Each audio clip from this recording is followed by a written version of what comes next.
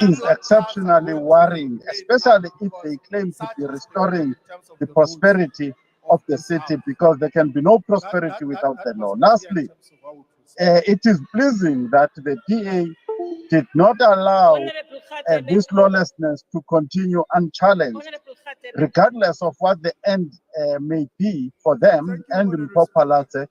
But the idea among South Africans and the belief that everything must be done according to the laws as they exist, as well as the Constitution, is a noble idea that must never be abandoned. And I congratulate them indeed on their success in court, whereby they correctly argued that Mpopalate never stopped being the mayor of Johannesburg. What happens now, because there is a possibility that they could appeal this judgment, although Panyaza Lesufi has indicated yesterday to the media that they are not going to go on appeal, but just on the off chance that they decide to go there, how tenable will it be for Mpopalate to regain her throne, so to speak? Is it going to be a situation of them making her life as difficult as possible? Can they do that? How is this all? Thank you, Honorable Speaker. I'm rising on a point of order that the party political regalia or logos cannot be displayed in the House of Parliament. Number two, there is no rule which says that the placards can be raised up in the House. Thank you, Chair. Thank you very much, honorable members. Thank you very much, Speaker. The point of order that has been raised by the Take member. your seat. I did not give you the floor. Take your seat and ask for a point of order. Take your seat. Salapansi. Please recognize. Salapansi. Please recognize. Speaker. Take your seat.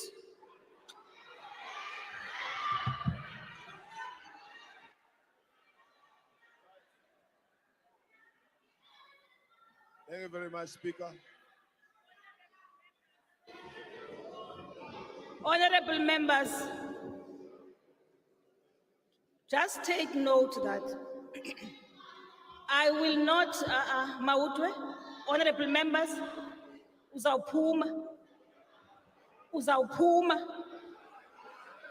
I don't know if you guys are happy with being thrown out every day from the chamber. I don't know if that is what you want. Honorable Mautwe, Honorable Tambo, sit down. Pembo, sit down. Take your seat. Take your seat. And behave like an honorable member.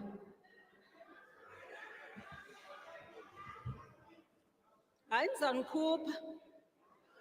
Nizawuphuma one by one.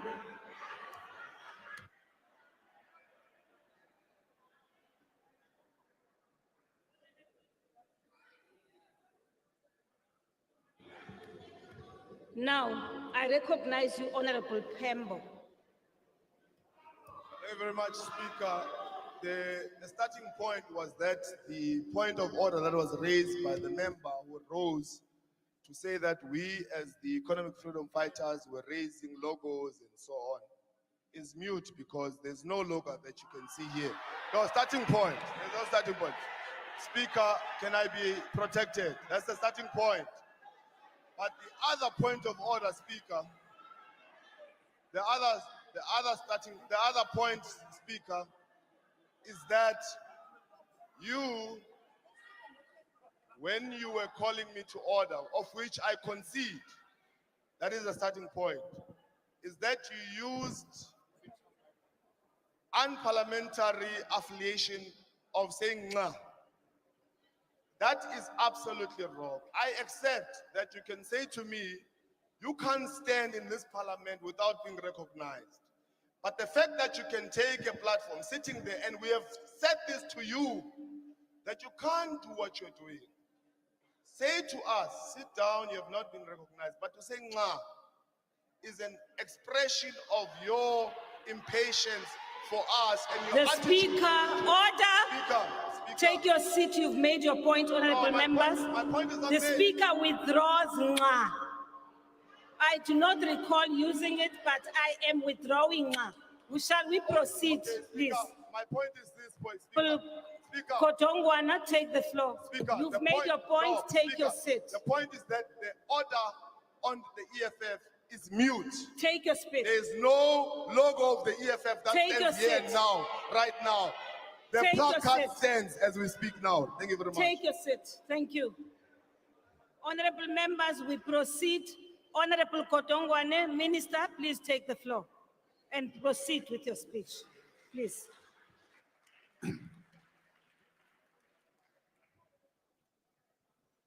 I said, Madam Speaker, His Excellency, the President of the Republic of South Africa, His Excellency Deputy President, colleagues, cabinet ministers, members of the Executive Council for Finance, honorable members, the Governor of the South African Reserve Bank, the Commissioner of the South African Revenue Services, fellow South Africans. I'm honored to table the following documents before this House. The 2022 Division of Revenue Amendment Bill, the 2022 Adjustment Appropriation Bill, the Special Appropriation Bill, the 2022 Rates and Monetary Amounts and Amendments of Revenue Laws Bill, the 2022 Taxation Laws Amendment Bill, the 2022 Tax Administration Laws Amendment Bill, the Revised Fiscal Framework, the 2022 Adjusted Estimate of National Expenditure, the 2022 Medium-Term Budget Policy Statement. Madam Speaker, the strategic goal of this government is to reduce poverty, inequality, unemployment in pursuit of better life for all. It was former President Nelson Mandela who reminded us that, and I quote, democracy will have little content and indeed will be short-lived if we cannot address our socio-economic problems within an expanded and growing economy. South Africa's economy is underperformed for many years. Several long-standing structural impediments continue to hamper growth. These include unreliable electricity supply, costly and inefficient ports and rail networks, crime and corruption, weak state capacity, and high levels of material concentration and barriers to entry that suppress the emergence and growth of small business. These challenges undermine our efforts to create jobs, contributing to high levels of poverty and inequality. Our structural challenges have been exacerbated by new ones, including global economic slowdown, high energy and food prices, the destruction caused by natural disasters such as the recent floods. The 2022 Medium-Term Budget Policy Statement aims to address the needs of South Africans and secure our future stability and prosperity. It provides for spending adjustment to continue rebuilding lives and infrastructure following devastating flood damages earlier this year. It restores fiscal strength and rebuilds fiscal space despite the unfavorable economic backdrop. It enhances the quality of public service such as education and health. It also prioritizes the safety and security of our people and invests in future growth by increasing funding for critical infrastructure. Madam Speaker, let me now turn to the economic outlook.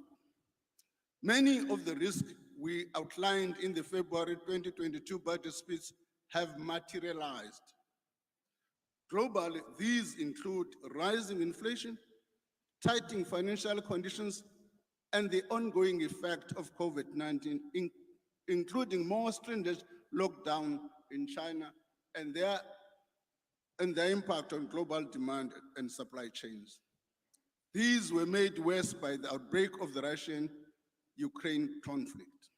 As a result, the IMF global growth forecast for 2022 has been revised downward from 4.4% to 3.2%, and the 2023 estimate from 3.8% to 2.7%.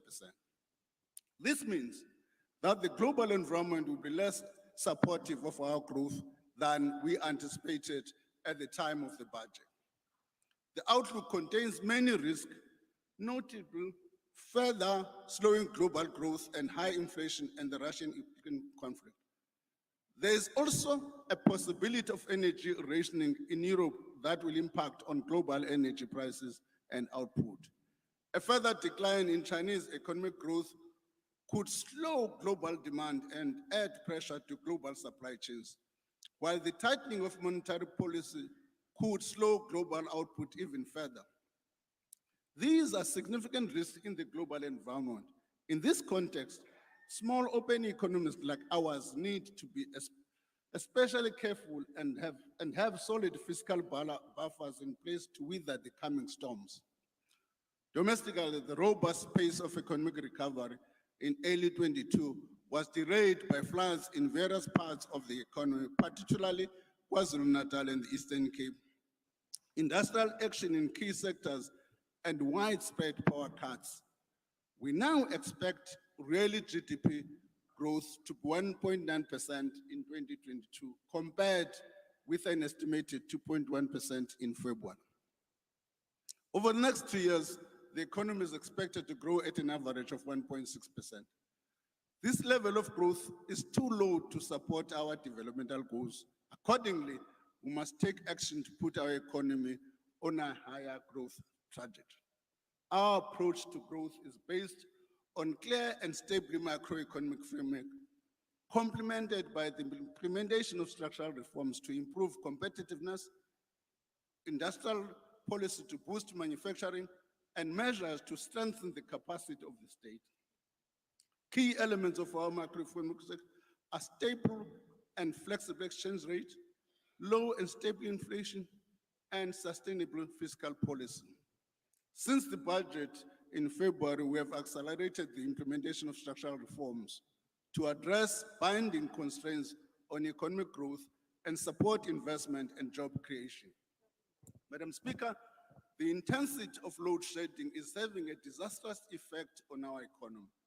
We have therefore focused on our efforts on reforms in this sector, in the electricity sector. Several policies and regulatory changes aimed at creating a competitive energy market are also underway. These include the removal of the licensing threshold for embedded generation projects, where the pipeline has grown to 100 projects, representing over 9,000 megawatts of capacity. The Electricity Regulation Amendment Bill has been finalized. It provides for the establishment of an independent transmission and a systems operator, which will fundamentally transform the electricity sector, reducing South Africa's reliance on a simply monopoly utility and unlocking massive new private sector investment in generation capacity will contribute significantly to long-term energy security. Madam Speaker, there is a crisis in our logistics sector. Inefficiencies in port and rail are costing the economy billions and further undermine our efforts to raise growth. We welcome the end of the strike, a Transnet strike, and are working with Transnet leadership and all stakeholders to urgently address the challenges in the sector.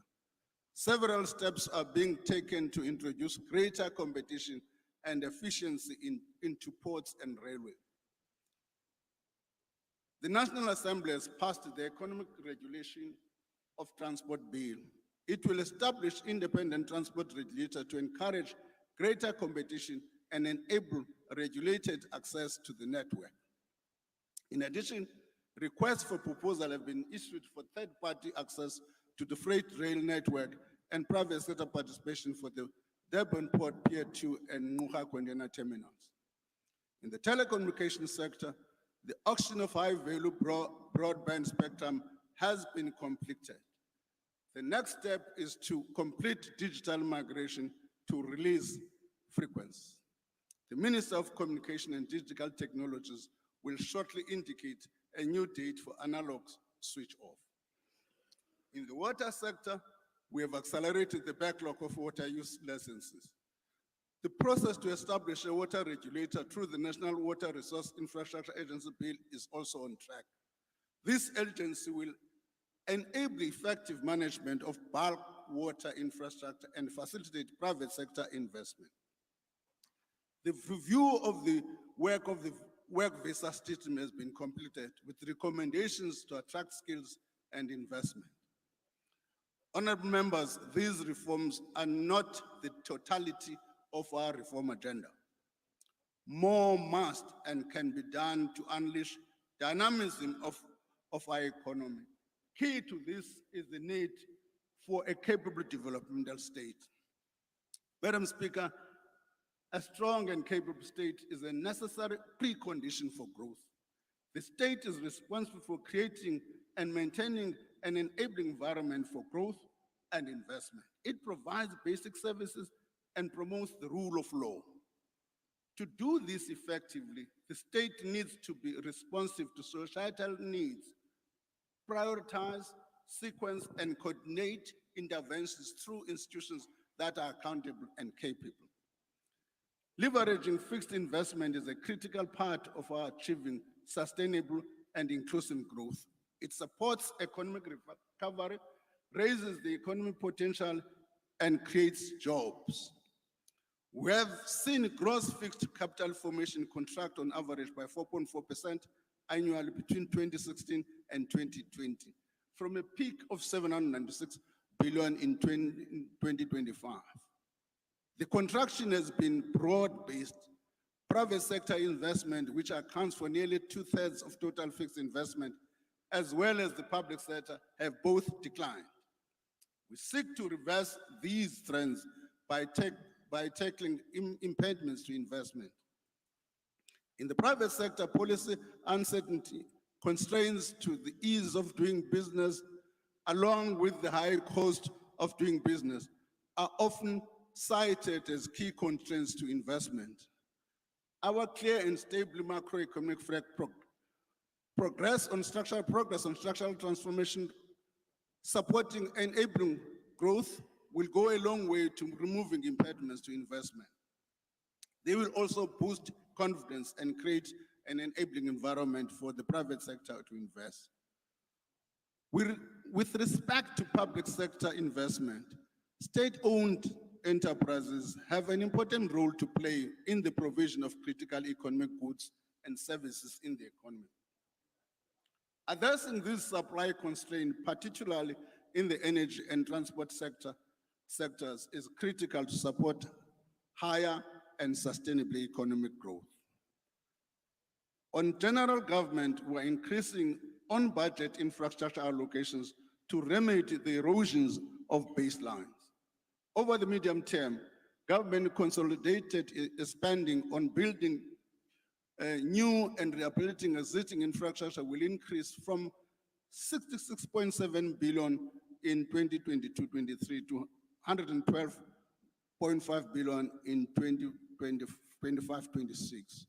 This includes roads, bridges, stormwater system, and public buildings.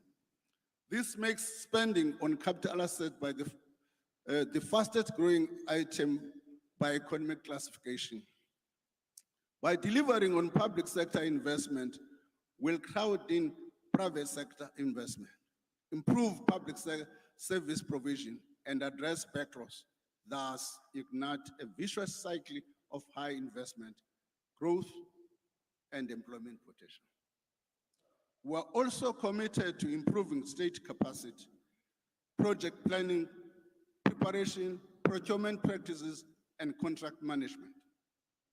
This will address the underspending of allocated infrastructure budgets, improve value for money and efficacy of our investment. Madam Speaker, climate change is reshaping the world around us, including our economic context. It poses physical risk to our people, infrastructure, the environment, and production of, including the critical goods such as food. The global response to climate must be coordinated. For our part, we are finalizing negotiations on the pledges by the International Partner Group for the Just Energy Transition. In addition, the investment plan supporting our energy transition was recently endorsed by Cabinet. We will take all necessary steps to ensure that our transition is just. Madam Speaker, when government finances are saddled with debt, it becomes very difficult to meet our developmental objectives. For nearly 15 years, the South African government has been tabling higher deficits. As a result, government debt is projected to be more than 4.7 trillion in our current financial year, compared to 627 billion in the year 2008-2009. This debt is incurring debt service cost that will average 354 billion per year over the medium-term expenditure framework. As already outlined, the global economy is slowing, inflation is increasing, financial markets are becoming more volatile. The result is that the debt service costs are estimated to be 5.9 billion higher in 22-23 than it was thought at the time of the February budget. Moreover, the possibility of a major price correction in financial markets is a significant risk. This will affect fiscal revenues going forward. It is for this reason that the medium-term strategy needs to maintain a prudent approach to fiscal policy. We need to decrease our debt burden and debt service costs by reducing our annual deficit. This will stabilize public finances and reduce the fiscal risk. Honorable members, we are making progress in this regard. A consolidated fiscal deficit of 4.9% of GDP is projected in 2022-2023. This will decline to 3.2% of GDP by 2025-2026. A primary fiscal surplus of 0.7% of GDP will be achieved in 23-24. This is 1 year earlier than projected at the 2021 medium-term budget policy statement. We also now expect gross government debt to stabilize at 71.4% of GDP in 2022-23, 2 years earlier and at a lower level than projected in the 2022 budget review. Among other things, this means that we are proposing that no budget reduction are implemented in the 2023 budget. In fact, consolidated government spending will exceed 2.2 trillion this year and will rise to 2.5 trillion in 25-26. Turning to revenue, since the 2022 budget, revenue collection has exceeded projections, and the gross tax revenue estimate for 2022-23 has been revised up by 83.5 billion to 1.68 trillion. The higher estimate is largely due to improvements in corporate income tax collections with strong receipts from the finance and manufacturing sectors. This is better than expected revenue collection estimates, including over the medium term, have allowed government to narrow the deficit and mitigate lingering and new risk. Equally, it allows us to gradually restore the baseline budgets of departments key to the delivery of services without making unaffordable permanent commitments. A portion of higher than anticipated revenue will be utilized as follows. First, reduce the deficit in the current financial year and over the MTF, make additions for infrastructure projects, critical public services such as education, health, and policing, addressing fiscal risks that were previously identified in February. These include higher than projected debt service costs, the public service wage bill, and the materialization of financial risk from some state-owned companies. Should any of the fiscal risks materialize, this could negatively affect the fiscal position and government's efforts to stabilize the public finances. Madam Speaker, we are allocating a net addition of 13 billion in spending adjustment for this 2022-23 financial year in the adjustment appropriation bill.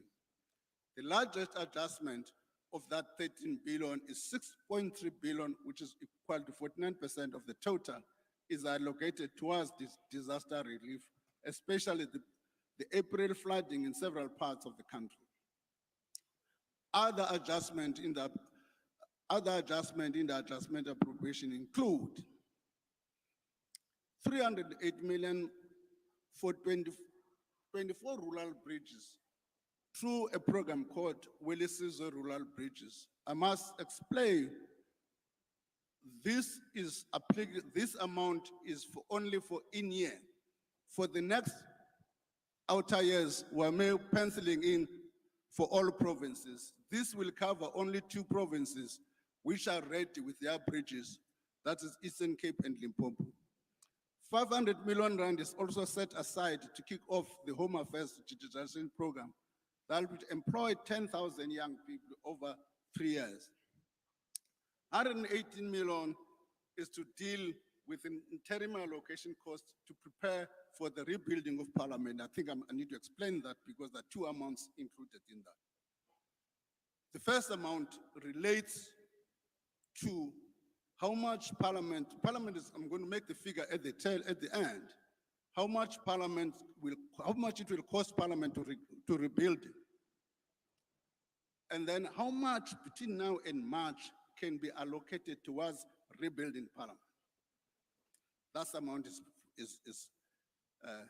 penciled in. The second amount in that 118 is an amount that says, in between as a result of the fire, Parliament has incurred additional costs it had not factored in, including offices, including this address today was not budgeted to be outside, it was budgeted to be in Parliament, not to be here. So Parliament is paying extra cost by being here. So you've got 2 amounts to get the technical work for the rebuilding. Secondly, for what is called unavoidable and unforeseen for Parliament. Honorable members, during the current financial year, wage negotiations have been taking place at the Public Service Coordinating Bargaining Council. On the 30th of August, 2022, government made a final offer which emanated from a facilitated process. Underline that. From a facilitated process, and a tentative agreement was reached and was tabled before the bargaining council. All parties undertook to go and seek mandates. Then the unions came back and said they do not have a mandate, but it must be understood that there was a tentative agreement facilitated. This offer includes the continuation of non-pensionable cash allowance for the current financial. This translates into an average of 1,000 rand per employee per month until March 2023. It also translates that cash control into 4.5% for the wage bill, and another pensionable salary increase of 3% for public servants. That together in total comes to 27.5%. Sibazami. Madam Speaker, the offer on the table is the best interest of the fiscals and public service workers.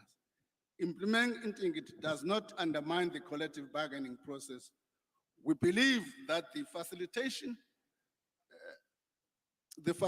process has helped all parties get to this point. Therefore, the spending estimates we're tabling today include this amount. This offer will be implemented through the payroll system and backdated to April 2022. Honorable members, our budget over the next 3 years is focused on restoring service delivery and laying the foundations for a higher growth. Medium changes to spending plans are driven mainly by government's decision to extend the special COVID-19 social relief distress grant by 1 year until 31 March 2024. The fiscal framework also includes funding for cadre costs of the 2022-2023 public service increases, as well as for safety and security, infrastructure investment, and service delivery. The SRD grant was introduced in May 2022 as a temporary measure to respond to the needs of the most vulnerable who were affected by lockdown measures. It has been extended several times since then. Discussions on the future of the grant are ongoing and involve very difficult trade-offs and financing decisions. Despite the provision made in this budget, I want to reiterate that any permanent extension or replacement will require permanent increases in revenues, reduction in spending elsewhere, or a combination of both. Madam Speaker, this is what is meant by trade-offs, balancing the need to address one priority over another. Overall, consolidated government spending is projected to increase to 2.21 trillion in 2023, 2.48 in 25-26, at an average growth of 4%. The social wage totaling 3.56 trillion over the next 3 years, or put differently, 59.2% of the consolidated non-interest spending, will take up the biggest share of the budget in support of poor households and the most vulnerable in our society. The largest allocations are directed to the education, health, and social development sectors. Moreover, over the next 3 years, spending increases will be prioritized to improve investment in infrastructure and boost the budget for safety, security, and fighting corruption. Overall, government's consolidated capital spending will increase from 95.1 billion in 22-23 to 145 billion in 25-26. This excludes spending on state-owned enterprises. We are working closely with the presiding officers of Parliament to restore and rebuild Parliament. Over the medium-term expenditure framework, we have made allowances for approximately 2 billion for rebuilding of Parliament. Madam Speaker, over the next years, we will work with provinces and municipalities to make meaningful progress in achieving our developmental goals. Municipalities shape the living conditions of our people. They ensure that people have access to cleaning, drinking water, energy, housing, and sanitation. Yet several municipalities are dysfunctional, experiencing either financial or leadership crisis, reflected in a general inability to deliver services. Following a diagnostic review of the local government capacity building system, the National Treasury is coordinating with key stakeholders, including the Department of Cooperative Governance, SALGA, and provinces in the design of capacity building systems towards a more integrated and outcome-focused approach. Over the next 3 years, we propose allocation of 48.4% of available non-interest spending to national departments, 41.4% to provinces, and 10.1% to local government. This will allow provinces to support basic education and health services, roads, housing, social development, and agriculture. We're also allocating additional funds to local government to support the delivery of free basic services to poor households. Considering the rise of cost of the free basic service, as well as the rising bulk electricity and water costs, the 2023 budget review will provide more detail on these efforts. Madam Speaker, some of the state-owned companies represent critical components of our economic activity, especially in transport, engineering, and energy. These companies should be self-sufficient and must contribute to economic growth. Unfortunately, we face a situation where financial weaknesses caused in previous years by bad leadership and corruption still needs to be resolved. Moreover, when unavoidable events such as the recent floods destroy infrastructure and assets, it puts the whole economy at risk.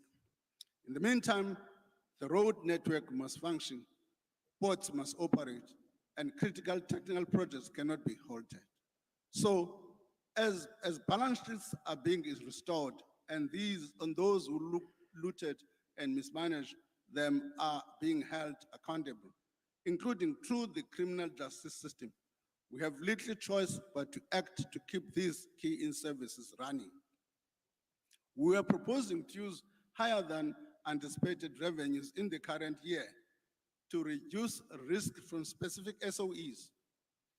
These resources cannot be used to fund baseline increases as they are once off. Using them in this way will also not expand the fiscal deficit compared to our existing medium-term plans. The financial support to SOEs recognizes their potential to contribute to our long-term growth prospects. We are thus tabling a special appropriation bill to provide additional funding to Denel, Transnet, and Sandra. These allocations will allow these entities to adjust their business models and restore their long-term financial viability. Fiscal support to state-owned companies remains a challenging balancing act given the many competing priorities and limited resources. Funding to SOEs will now come with strict pre- and post-conditions. Pre-conditions mean that SOE will need to comply with these conditions before they receive government support, and not after. Non-compliance to conditions means no funding. Transnet is allocated 2.9 billion to ensure the return of out-of-service locomotives. This will be complemented by 2.9 billion from in-year spending adjustment to deal with flood damage that affected its operations in eThekwini. Denel is allocated 3.4 billion to support recent progress made to stabilize the entity. This allocation will be augmented by 1.8 billion in sale of non-core assets and will unlock committed order book of 12 billion awaiting execution.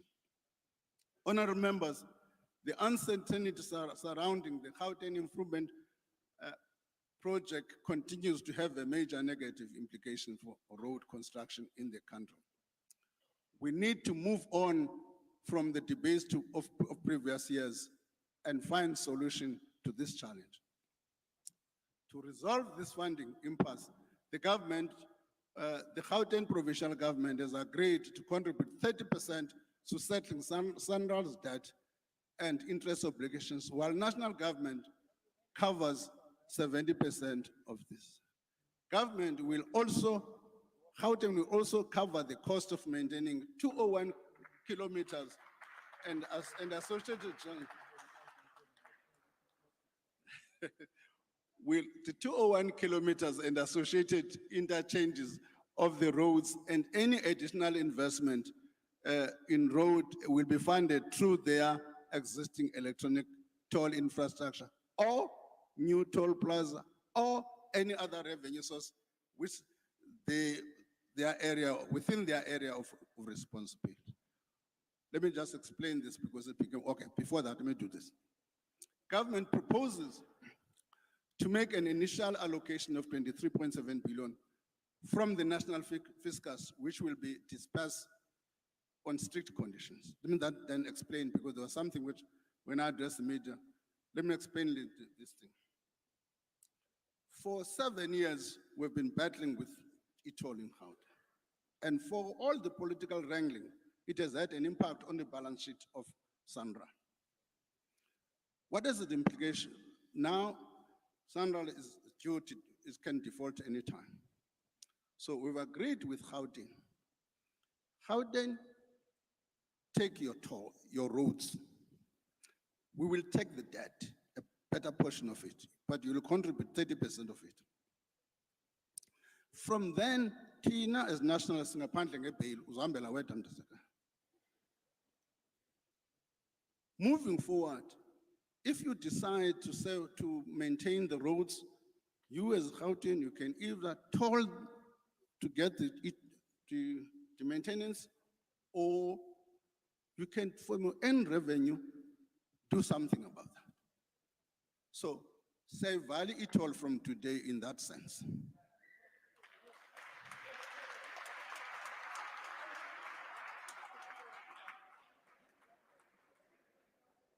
There are implications. There are implications. What are those implications? Gauteng is still yet going to do phase 2 of this project. It's going to be important that in doing phase 2, proper planning and thinking on how to fund phase 2 must take place. That's one of the implications we must have. It also has got implication on the user pay principle.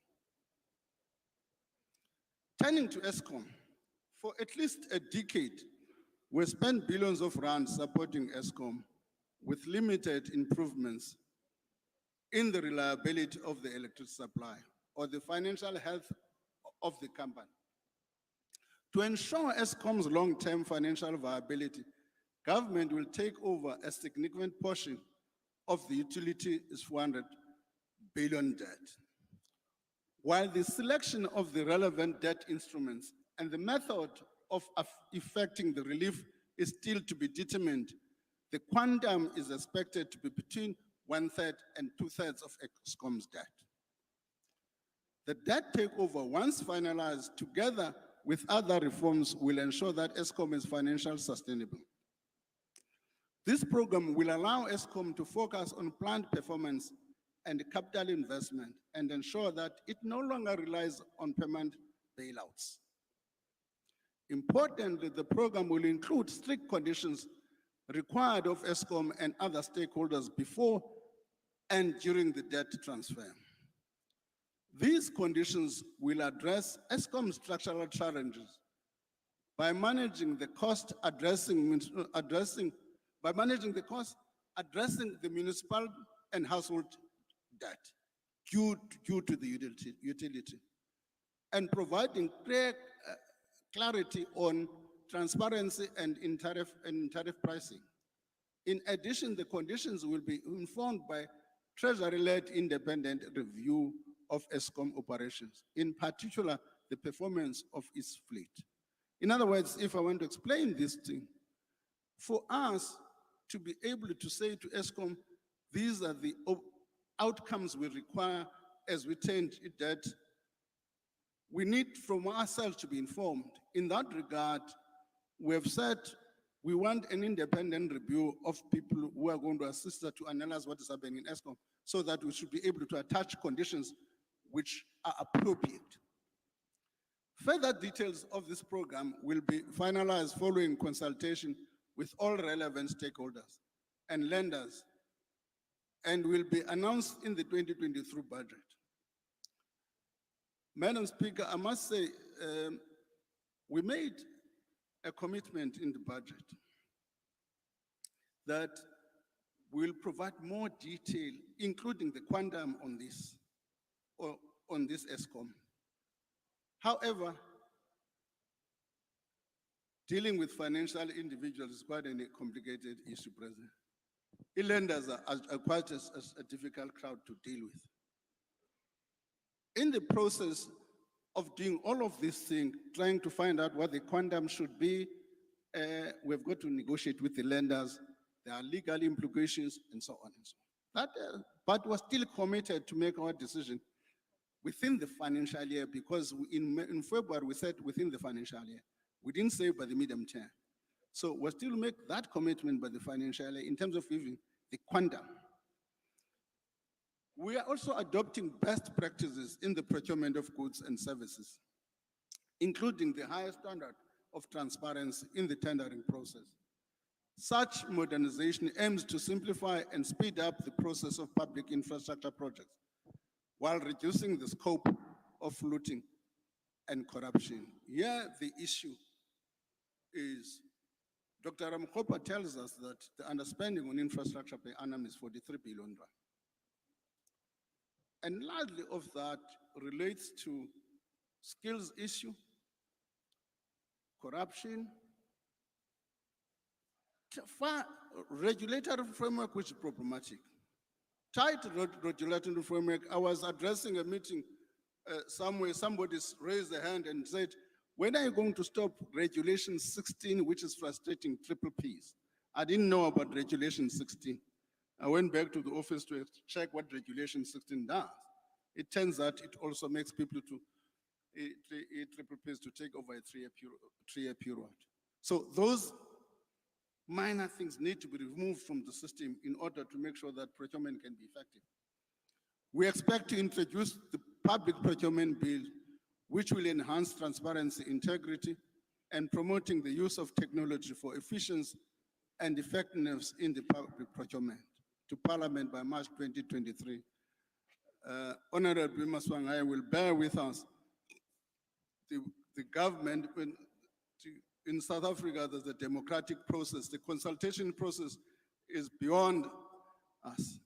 Just Nedlek alone, I don't know how many months it took us in Nedlek, but we're still committed to do it within this fiscal year. The new preferential procurement regulations of 2022, replacing the now invalid regulations of 2017, will be promulgated in November 2022 to be effective from the 16th of January 2023. The regulations empower organs of the state with the authority to determine their own preferential procurement policies within the ambit of the Preferential Procurement Policy Framework Act. I must add, yes, the Constitution of the Republic of South Africa says it is the organ of state that procures. It's the organ, every organ of state must have its own procurement policy, not be getting permission now and again from Treasury. So we're giving you that authority, each organ of the state to be able to have its own procurement policies. No one will then say, if I don't deliver on time on my project, I'm delayed by Treasury. Madam Speaker, earlier this week, President Ramaphosa announced government's response to the recommendations of the Commission of Inquiry into State Capture. It committed government to a new chapter in our struggle against corruption, to advance the renewal of our society.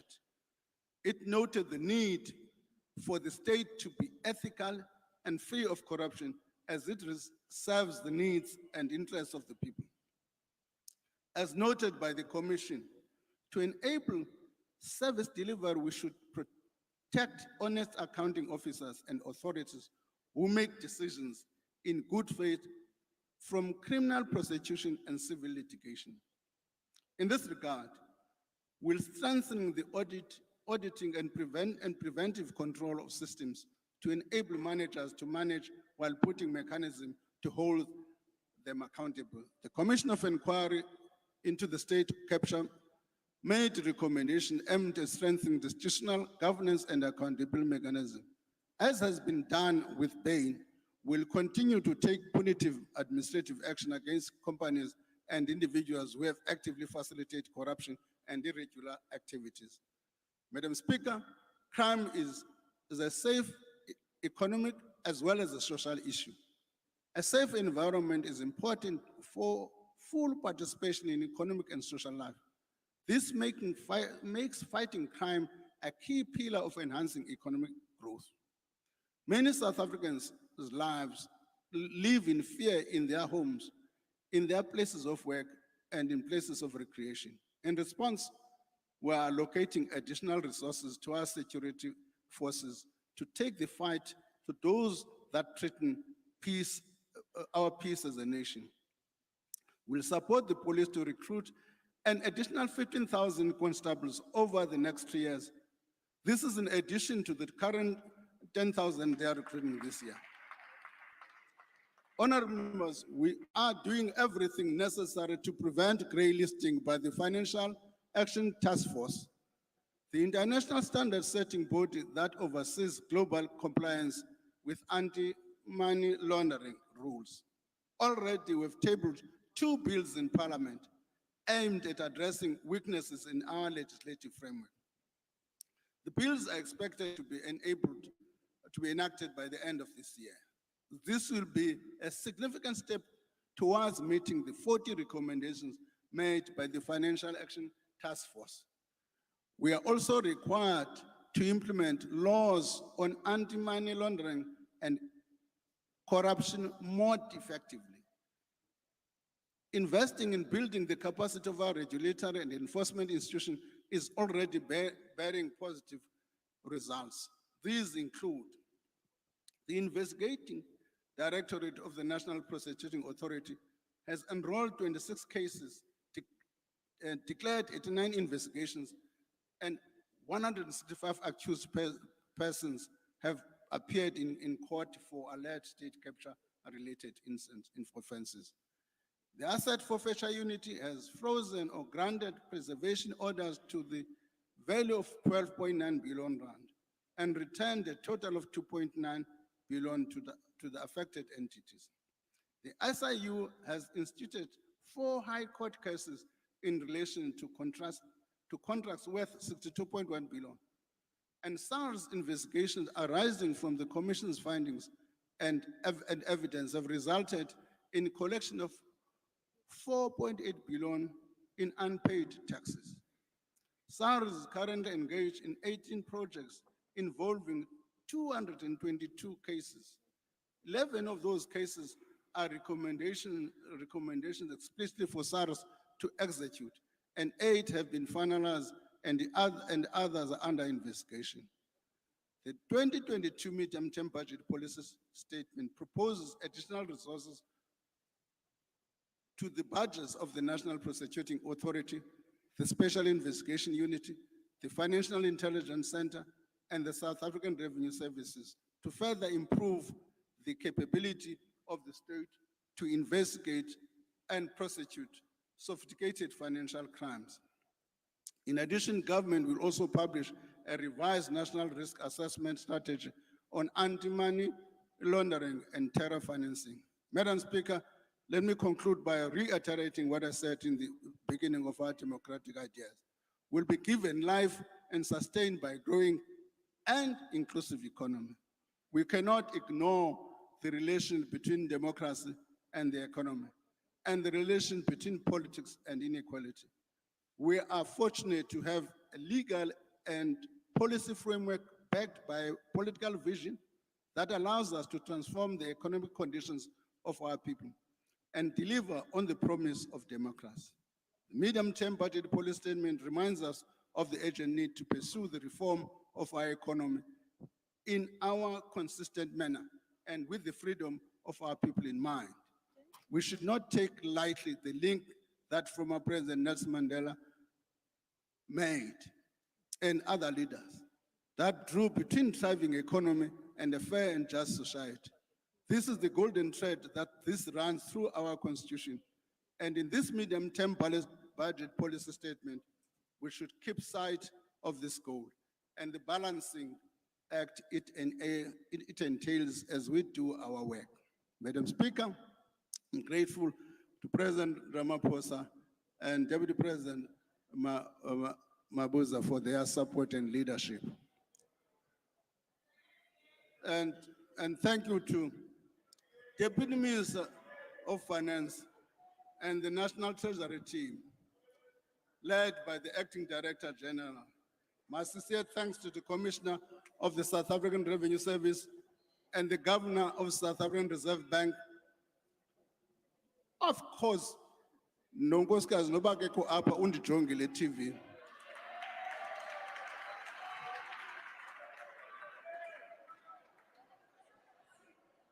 Let me also thank my colleagues in the Ministers' Committee on the Budget and the Budget Council who have shared the load of tough decisions that have to be made. Similarly, the Parliamentary Committee of Finance and Appropriations. I express my sincere appreciation. Lastly, thank you to each and every South African, including you.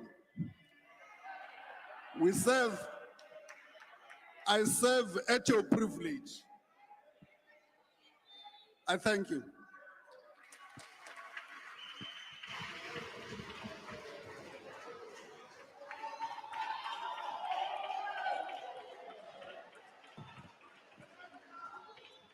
I thank the Honorable, the Minister.